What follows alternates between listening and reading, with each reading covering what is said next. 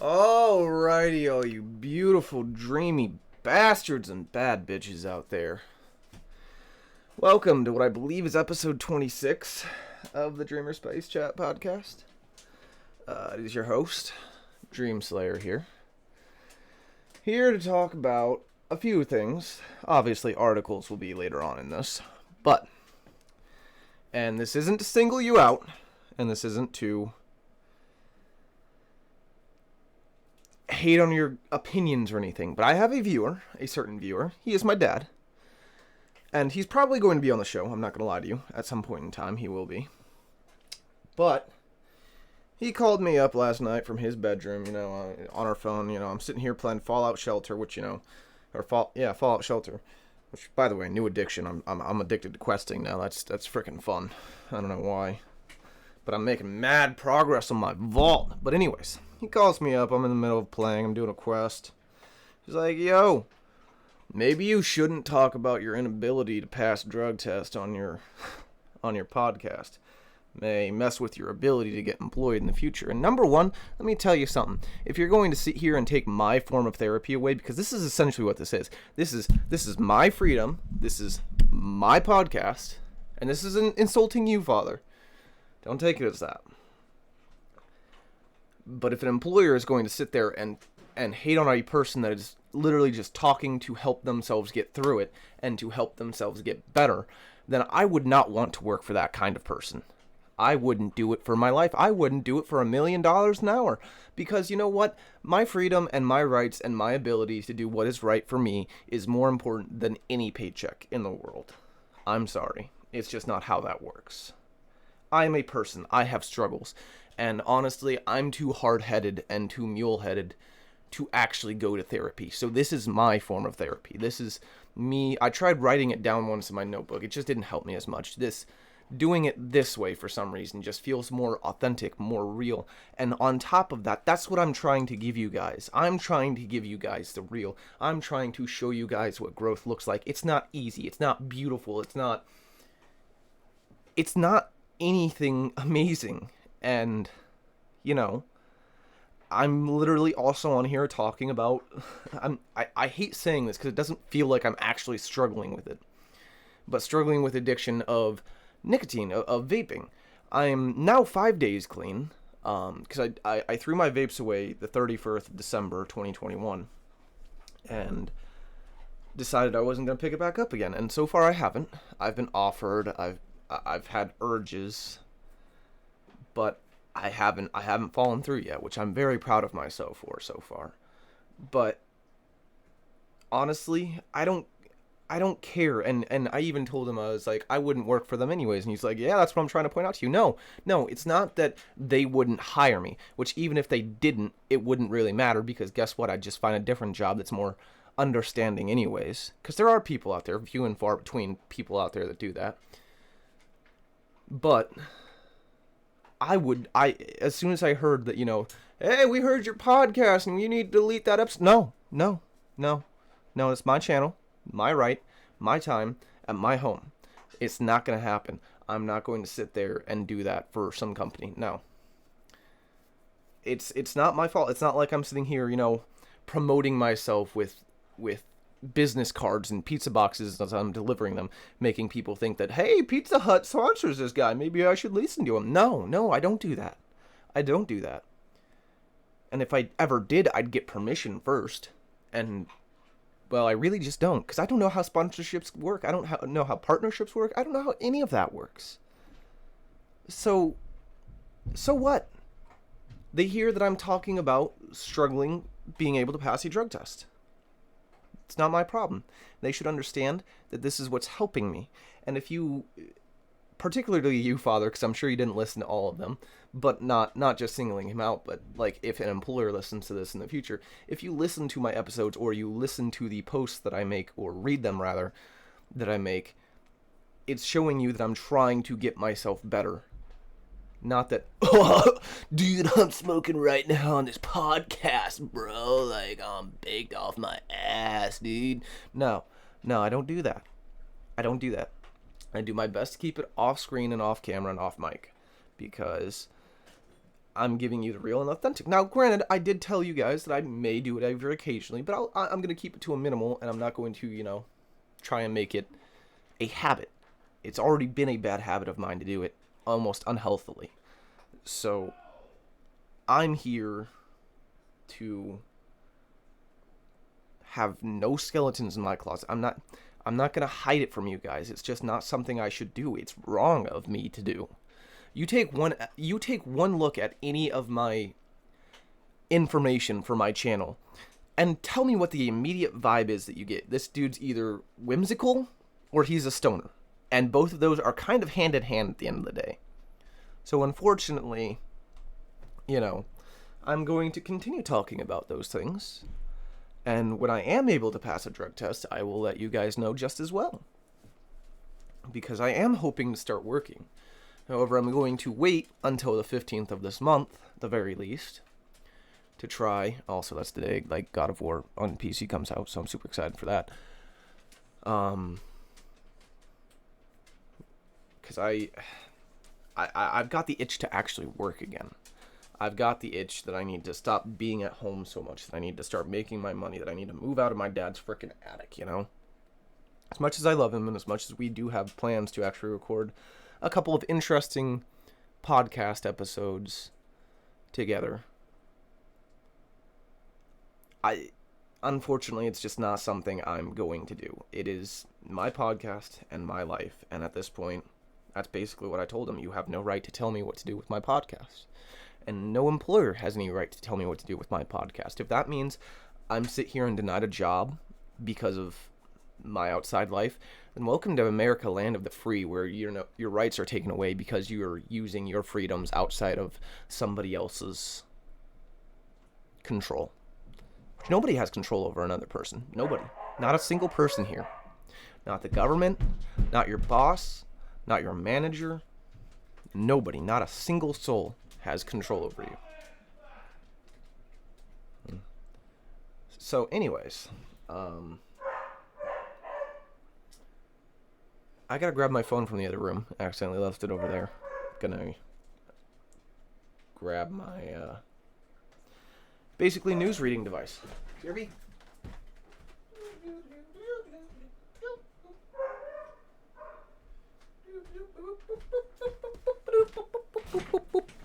Hello, I am back. I've got to open up the Google app, but let's see what amazing articles await us today. How to build God of War's Kratos in Dungeons and Dragons. Now that's pretty cool. 29-year-old early retiree nets $19K a month. Here's how she achieved her passive income goals. That'd be nice. It'd be really nice to retire at the age of 29, 30. Have that financial freedom with your passive income. But I don't believe these articles. I don't believe these people. Okay, I'm not saying I don't believe them. I'm just saying they got extremely lucky. And I'm also not going to deny that they put in the work. They probably did put in a lot of work. But it also comes down to luck as well. I don't know how Gen Zers or millennials or anything have these side gigs that actually take off or that actually earn them money. I would love if somebody would help me learn how to do an actual side gig that gets me money. This is supposed to be my side gig, in all honesty. This is supposed to be my side gig that once it takes off gets me my passive income or whatever. I don't think about those things. Those things aren't important to me. I'm here to live my life. I'm here to enjoy my life. And I sure as hell hope you viewers out there are doing the same, because money doesn't matter at the end of the day.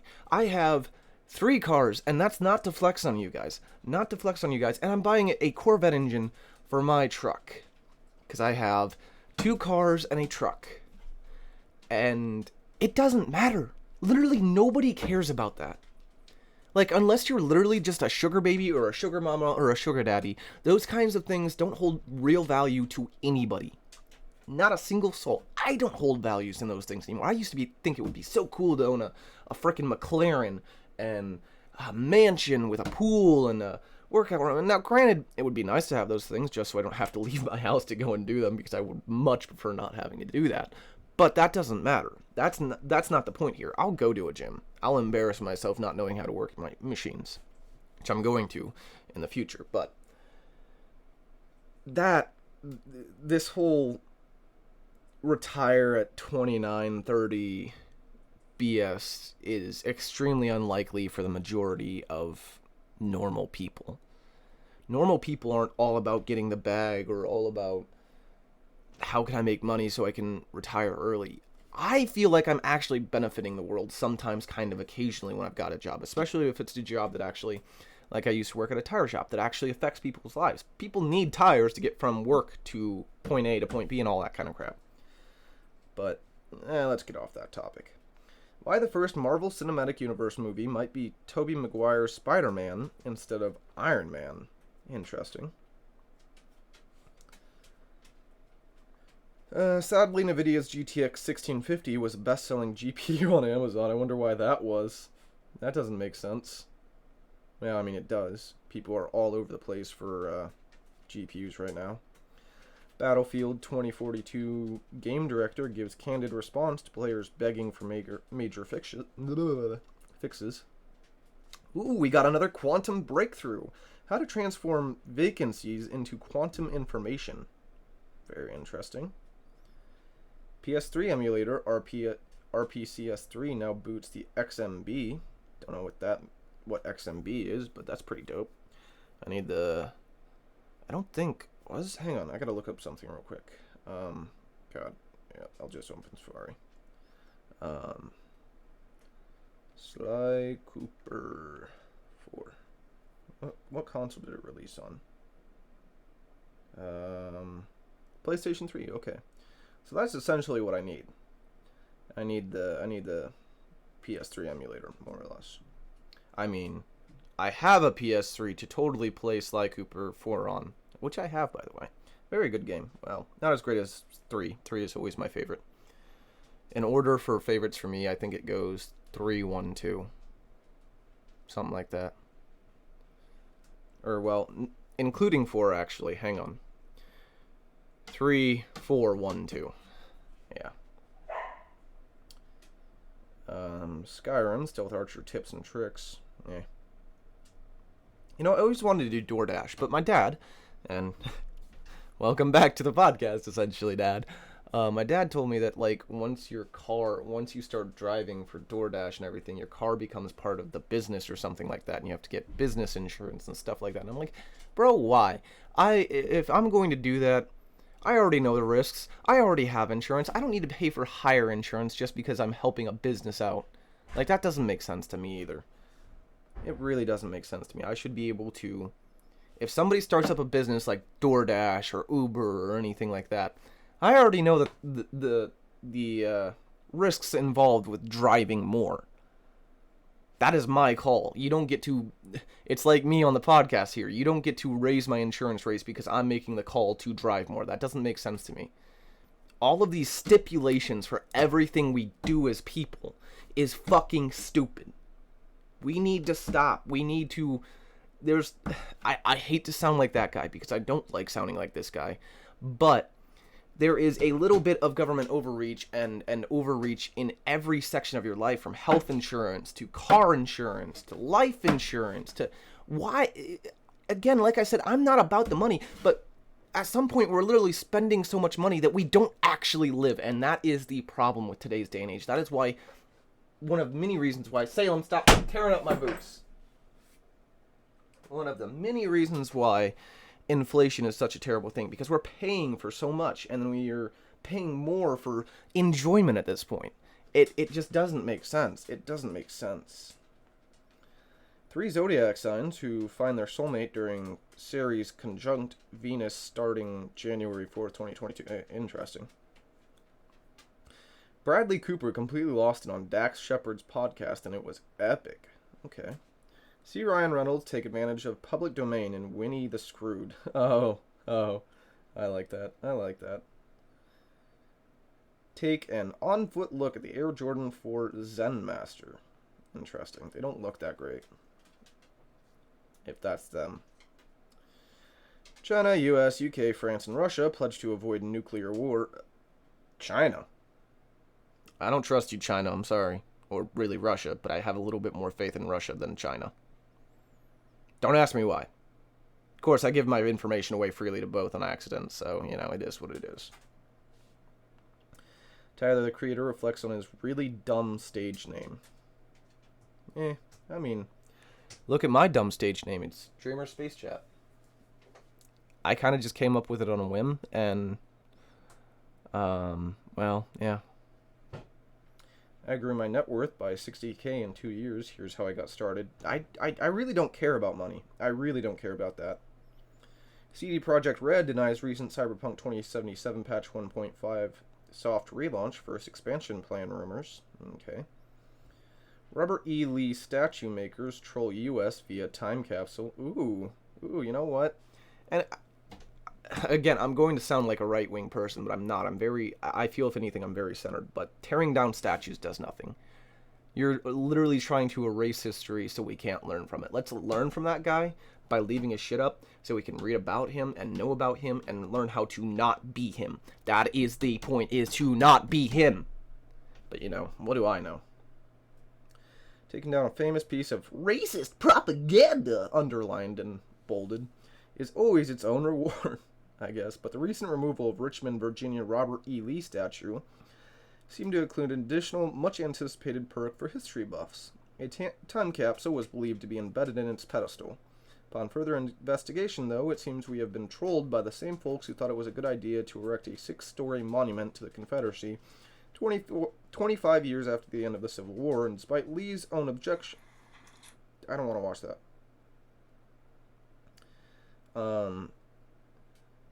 Despite Lee's own objections. On December 17th, work dismantling the statue's 40-foot stone plinth stumbled on an odd piece of rock that seemed like the right size to contain the capsule, which had reportedly been placed on the statue's base in 1887. An 1887 newspaper article and records from the Library of Virginia suggest that the capsule contained 60 items, including a good deal of Confederate paraphernalia and pictures of Lincoln lying in his coffin. As Richmond Magazine explained in 2017, that morbid and ethically questionable artifact would hold major historical significance.